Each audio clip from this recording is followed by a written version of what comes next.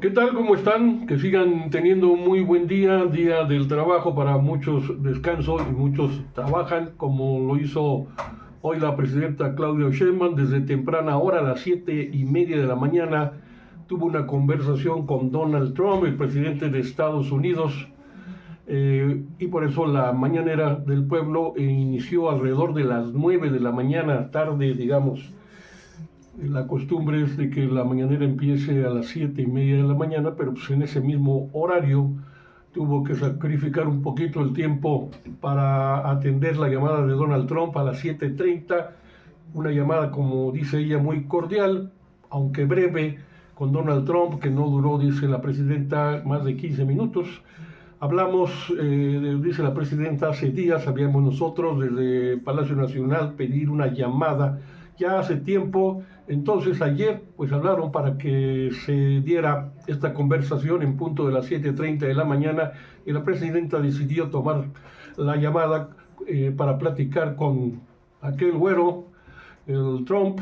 Y pues aunque no hubo un acuerdo específico, así lo confesó la presidenta, se está hablando de ello, los gabinetes se siguen encontrando en acercamientos, sobre todo de acuerdo con la presidenta. Pues si bien no se llegó a un acuerdo, como les digo, se trabaja para lograr avances en varias materias de tipo comercial, como es la cuestión de la industria automotriz, mejorar las condiciones de la relación, lo mismo que en las condiciones de acero y aluminio, y luego tener más comercio entre ambos países, por lo que los secretarios de Economía mexicana y de Comercio estadounidense se mantendrán siempre en contacto permanente. Recuerden que pues dependemos mucho de Estados Unidos en nuestro comercio, más del 85% de nuestras exportaciones van a dar allá a Estados Unidos, entonces ahí se mide la magnitud de cómo estamos en términos de dependencia respecto al imperio. Por otra parte, pues Cedillo ha abierto demasiada la boca y le están dando hasta por debajo de la lengua, además de las merecidas patadas en el trasero, que ya se regrese allí a su empresa a trabajar, puesto que la doctora Sheinbaum resaltó que Ernesto Cedillo pues no tiene nada de credibilidad y que no vale la pena ni siquiera responder a sus críticas en algún periódico que pocos leen, y dice, cuando asegura el presidente o expresidente Cedillo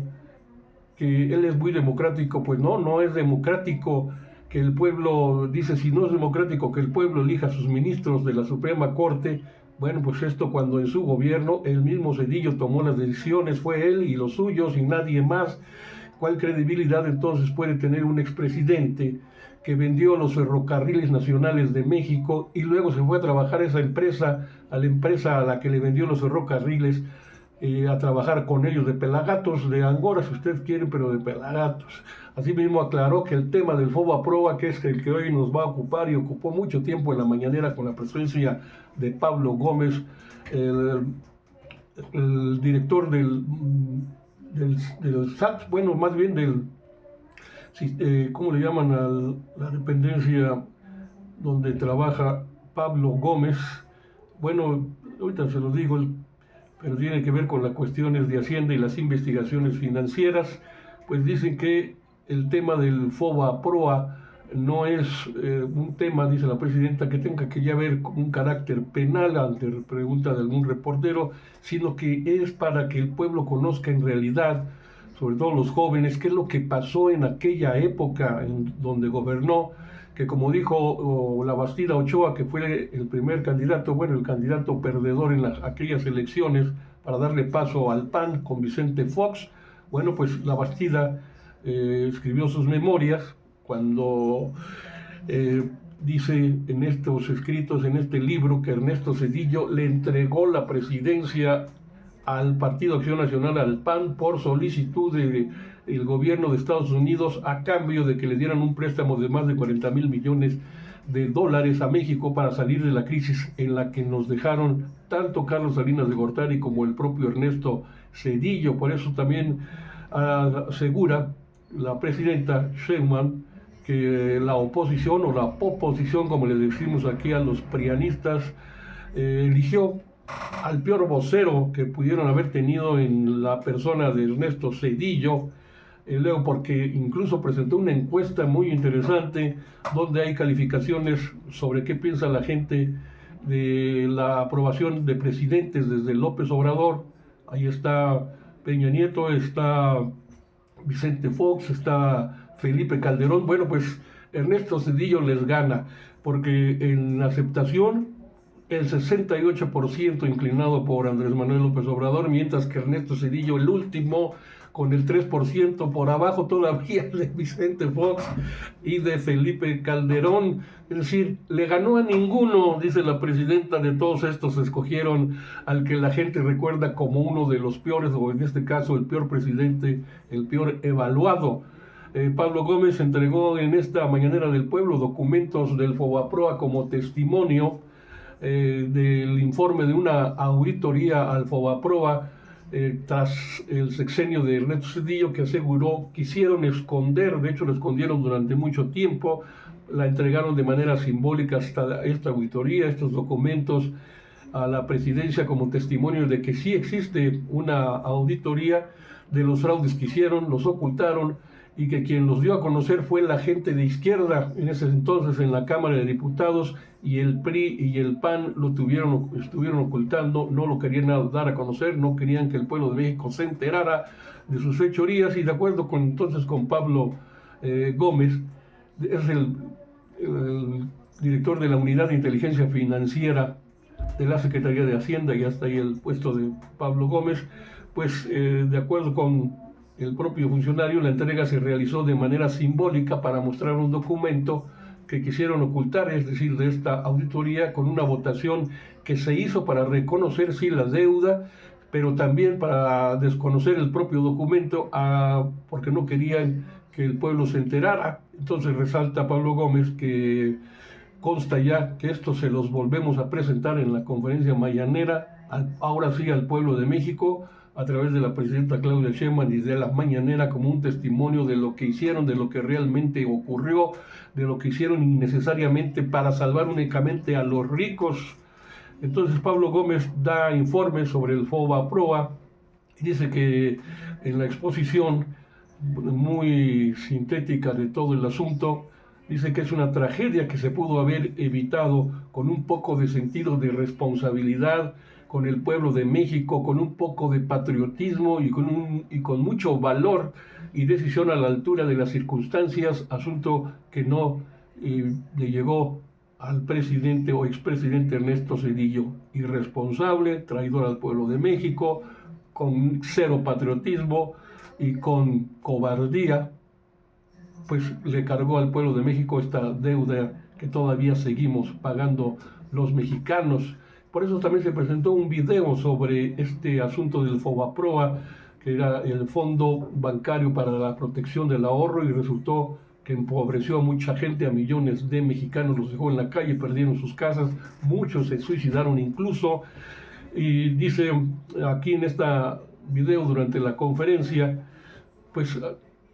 se maneja todos los hechos que se dieron alrededor del Fobaproa, sus implicaciones a la hora de ser aplicada para el rescate de empresas, de grandes funcionarios y de los bancos cuyos pagos se mantienen vigentes, y asimismo se relacionó directamente al expresidente Ernesto Zedillo desde las acciones previas a la creación de este fondo y las decisiones tomadas durante su gobierno, como la devaluación del peso en aquella época. ¿Cuál es el antecedente? Pues es un fideicomiso que le llamaban entonces para la cobertura de riesgos cambiarios, FICORTA. Este fue creado en el 1983, y administrado por el propio expresidente Zedillo, y ambos fideicomisos pues entonces fueron los instrumentos que beneficiaron a los grandes empresarios y que contribuyeron también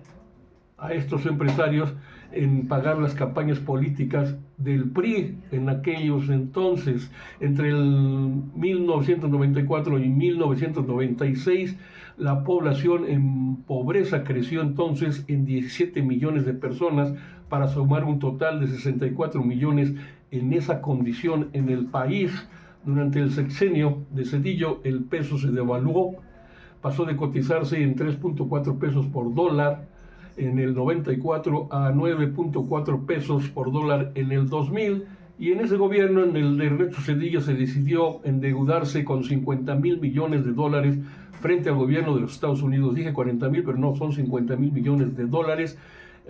Y con el gobierno de Estados Unidos y el propio Fondo Monetario Internacional, a condición de que, lo que ya dijo la Bastida, entregar la presidencia de la República al PAN, era la condición del gobierno de Estados Unidos. La deuda externa, entonces, por esta cuestión de México, aumentó a 164,000 millones de dólares. Zedillo fue el que ordenó comprar la deuda privada de los bancos y de empresas en formas de pagaré que se canalizaron a través precisamente del FOBAPROA, equivalentes al 11% de toda la economía mexicana. Y entonces en 1998, con los apoyos, con los votos del PRI y del PAN en el Congreso, la deuda privada se convirtió en deuda pública y el FOBAPROA pasó a convertirse en el Instituto para la Protección al Ahorro Bancario, el famoso IPAF también. Es decir, que al convertirse de deuda pública, de deuda privada a deuda pública, usted, yo, los que van pasando, toda la población mexicana paga a través de sus impuestos también, pues la deuda de los privados. ¿Le parece justo? Bueno, pues esta deuda privada pasó de 552,000 millones de pesos a 705,000 millones al cierre del 2000. En el 2023 la deuda ya ascendía a 1,096,877,7 millones de pesos, y este FOBAPROA, este mentado FOBAPROA, fue también el que sirvió de modelo para ir sobre otros rescates, como por ejemplo, de manera así discrecional, a voluntad del presidente en turno, como el carretero, el rescate carretero en el 1997, y el azucarero de 27 ingenios. Por eso Pablo Gómez reveló la cantidad escondida en la auditoría secreta del FOBAPROA. Esta cantidad, en el reporte de la auditoría, que se majó con mucha confidencialidad, pero que en realidad era secreto, de operaciones identificadas durante el programa del FOBAPROA, fue de 73,775,429,262 pesos, es decir, alrededor de 7,000 millones de dólares. Esto fue lo que nos hizo Zedillo con ayuda del PAN, del PRI, que ocultaron todo años al pueblo de México, y esto es lo que dicen, de que ahí estaba, según ellos, la auditoría, pero nadie la conocía, estaba escondida. Le preguntaron a la presidenta, ¿qué hubiera hecho usted, presidenta, si le hubiera tocado el asunto del FOBAPROA? Pues la presidenta comentó rápido, dice, pues nunca hubiera cometido un acto de corrupción de esta tan grave, y primero hubiera pensado en los de abajo. Nunca se rescató a los pequeños deudores, a los pequeños ahorradores, perdieron todo su dinero, todos sus recursos, pero había y hay muchos ejemplos en otros países de otras formas en las que se rescatan los bancos sin sacrificar a los pueblos. Es decir, en lugar de Robin Hood, como le decían a Salinas, Robin Hood era el héroe legendario que le robaba a los ricos para darle a los pobres, y con Zedillo y con Salinas de Gortari ya el nombre cambió a Hood Robin. Le roban a los pobres para ayudarle a los ricos. Así era la cuestión sobre este asunto. Y luego los audios que ayer platicamos y que ahí están en las redes, que usted puede consultar. Allí les di un extracto de uno de los audios donde la esposa de Ernesto Zedillo, Nilda Patricia Velasco, pues está platicando con narcotraficantes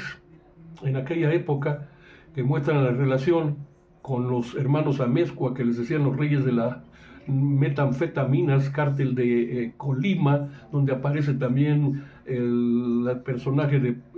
Paco Stanley, que tendrá que dar también otra vuelta ahí. ¿Qué pasó? Claudia Sheinbaum asegura que es importante, muy importante, que se siga investigando. Además resaltó que se debe conocer toda la verdad, la información. En estos audios también se relaciona, bueno, ya lo dijimos, al artista, al actor, al conductor de televisión muy famoso en aquella época, Paco Stanley, ustedes lo recuerdan. Bueno, pues ahí está involucrada la señora Nilda Patricia Velasco, la esposa de Zedillo. pues no solamente era un narcoestado con Felipe Calderón, pues, sino la propia esposa de un expresidente como Zedillo haciendo negocios con narcotraficantes, pues ahí está la cuestión. Y por eso también se burla la presidenta de Loret de Mola, que hace una mentira cuando revela un encuentro brutal entre dos grupos allá en Yemen, muy lejos, asegurando que ocurrió en Sinaloa entre miembros de los Chapitos y los Bayos, cosa que no fue cierta. Ahora sí que dice la presidenta que, como nos maneja nuestro compañero de los miércoles, mentira.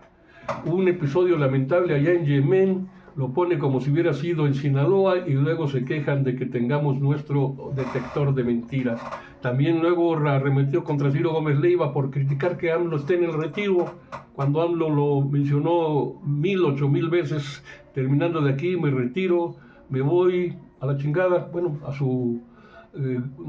pequeña finca, ahí a escribir mis libros, mis memorias, no recibiré invitaciones, no acudiré a ningún evento político, me retiro definitivamente, pero ahora lo quieren ver. No lo podían ver ni en pintura, no lo podían ver en las mañaneras, querían desaparecer las mañaneras con AMLO y ahora lo quieren ver. Entonces la presidenta Claudia Sheinbaum resaltó que a sus adversarios no les gusta el silencio y que cumpla López Obrador en esto, luego de que Ciro Gómez Leiva pues asegurara que el expresidente se esconde de la gente. Sí, tú,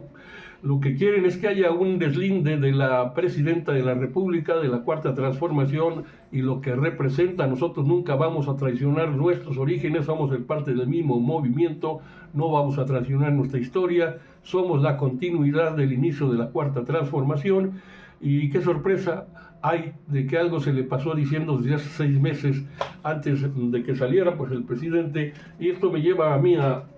rescatar pues el audio, no se los voy a enviar porque ya no lo tengo por ahí, pero las palabras del propio Papa Francisco cuando hablaba de la deformación de los medios de comunicación, de los periodistas, los defectos, los males del periodismo, decía el Papa Francisco, son uno, por eso estoy apuntando a Ciro Gómez Leiva, a Loret de Mola, pero también a todos los fachos de los medios, como Latinus, como Atypical y muchos más,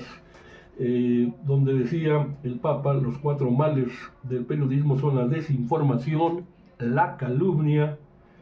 la difamación y la coprofilia. Así lo dijo el Papa, ustedes lo recordarán en ese audio que les compartí, que es el amor a lo sucio, el amor a la caca. Por eso les decimos aquí la poposición, el amor es la coprofilia. Bueno, pues está marcado en el marcado interés hacia el excremento informativo, ¿no? La inmundicia periodística que padecemos hoy día en México. Y ya para terminar, pues Marat Bolaños, hoy que es Día del Trabajo, resaltó lo que calificó como la primavera laboral en México. El secretario del Trabajo compartió un informe sobre temas laborales y resaltó que México se encuentra precisamente en esta primavera laboral. De acuerdo con el titular de la Secretaría del Trabajo y Previsión Social de México, México es el país que más ha reducido la pobreza en América Latina y el Caribe, con el 7%. Además, la pobreza laboral se redujo en 40.7% en el 18 a 35.4% a finales del 2024, lo que representan 4.100.000 personas. Y así mismo resaltó los incrementos del salario mínimo durante los gobiernos de la Cuarta Transformación, los que correspondió a AMLO y ahora a Claudia Sheinbaum, que actualmente se encuentran en la zona al salario mínimo general, es de 278.80 pesos diarios, mientras que la zona libre de la frontera norte en 419.88 pesos. Bolaños resaltó también que estas políticas lograron la reducción de la brecha salarial de género en 29%, así como el incremento del apoyo a jóvenes con el programa Jóvenes Construyendo el Futuro, que ha beneficiado a más de 3.161.000 personas. Y en materia de salario digno, bueno, pues se reconoció el trabajo en el hogar, en la Ley Federal de Trabajo, y se aumentaron los días de vacaciones de 6 a 12 durante el primer año trabajado. Y por otra parte, se actualiza la tabla de enfermedades laborales y se reconoce el teletrabajo en México. Falta la cuestión de que el Congreso asuma la semana de 40 horas, que es un planteamiento, una demanda histórica desde muchos años. Recordarán a Ricardo Flores Magón y el programa del Partido Liberal, pues ahí estaba hecho este planteamiento. Con esto ya me despido, me alargué, pero era necesario hoy, este día que fue muy importante, trascendente en términos de lo que salió y se dio a conocer a través de la Mañanera del Pueblo.